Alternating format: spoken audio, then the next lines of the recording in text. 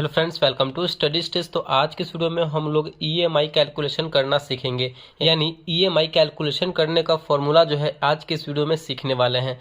जैसे कि मान लेते हैं आपने कोई कार लिया लोन पे या फिर कोई घर लिया है लोन पे। अगर जैसे कि आपने कोई कार लिया लोन पे, ठीक, और उस कार का जो प्राइस है वो 5 लाख रुपए है और आपने जो है पेड अमाउंट यानी उस समय जो है कार के लिए 2 लाख रुपया जो है पेड किया है, ठीक। उसके बाद जो है लोन अमाउंट 3 लाख रुपए। 5 लाख तो उसका प्राइस था, एक्चुअल प्राइस। 2 लाख रुपए आपने पेड किया है, तो 3 लाख रुपए जो हमारा ये हो जाता है, ये हमारा लोन अमाउंट हो जाता है। यानी आप जो है इस 3 लाख रुपए को ईएमआई पे देना चाहते हैं, मंथली अपना इंस्टॉलमेंट बनवा लेना चाहते हैं। आप जो है इस 3 लाख रुपए को अपना मंथली ईएमआई करवा देना चाहते हैं।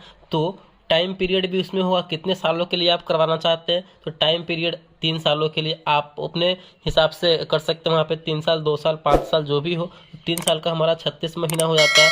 और ये 3 लाख पे कितने प्रतिशत की दर से जो है आपका ब्याज चलेगा, इंटरेस्ट रेट जो है 10% की दर से यहाँ पे आपका ब्याज लगेगा। तो चलिए यहाँ पे हमारा ईएमआई मंथली जो है कितना आता है, जो हम मंथली किस्त पे कर सकते हैं वहाँ पे। तो ईएमआई निकालने का फॉर्मूला यहाँ पे आपको हम बताते हैं।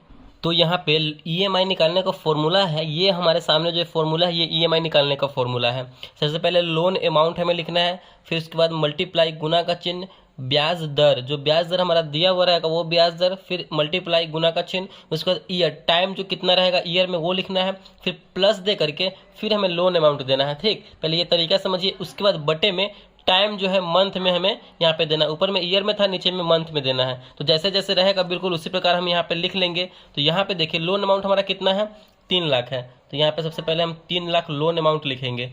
उसके बाद गुना ब्याज दर, किस दर से यहाँ पे चल रहा है, तो 10% की दर से ब्याज दर चल रहा है। तो सबसे पहले आपको यहाँ पे ध्यान रखना है, इस 10% का जो ब्याज चला है यहाँ पे परसेंटेज हटा करके इसे हमें नंबर वाले में लिख लेना है, ठीक। तो यहाँ पे 10% हटाएंगे तो नीचे आ जाएगा 100। इसको सॉल्व करेंगे 1 0 से 1 0, यानी यहाँ पर हमारा जो पॉइंट आएगा वो 0.1 करके यहाँ पे आएगा। मतलब नंबर में हमें पॉइंट में यहाँ पे इसे लिख लेना है, ठीक। इतना निकालने के बाद जो है इसको नंबर में निकालने के बाद, पॉइंट में निकालने के बाद ये लिखेंगे ब्याज दर कितना है, 0.1% के 0.1 करके हमारा ब्याज दर चल रहा है।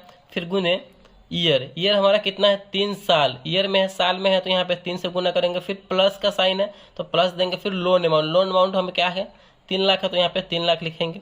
जितना रहेगा उतना हमें इस प्रकार कर देना है। उसके बाद बटे में हमें क्या देना है, टाइम मंथ में देना है। तो हमारा 3 साल का कितना मंथ में आ रहा है, तो 36 मंथ में आ रहा है, तो बटे में 36 कर देंगे। इसको जो है अब आप क्या करेंगे, अपने मोबाइल से कैलकुलेट कर देंगे कि कितना हमारा जो है पर मंथ का ईएमआई निकल के आता है। चलिए हम कैलकुलेट करके आपको बताते हैं। जब आप इसे कैलकुलेट करेंगे अपने मोबाइल में, तो पूरा जो है यहाँ पे निकल के हमारा आएगा 10,833 रुपया 33 पैसा। ये जो हमारा निकल के आया है, ये हमें उस गाड़ी के लिए पर मंथ ईएमआई देना होगा, ठीक।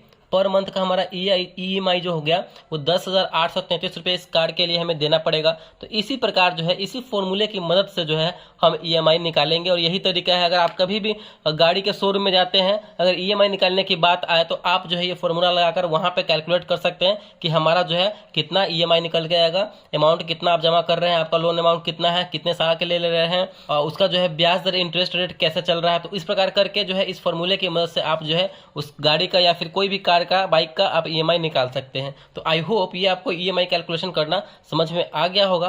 तो अगर वीडियो आपको अच्छा लगा, पसंद आया, तो प्लीज वीडियो को लाइक कीजिएगा। चैनल पर नए हैं तो चैनल को सब्सक्राइब जरूर कीजिएगा। Thank you.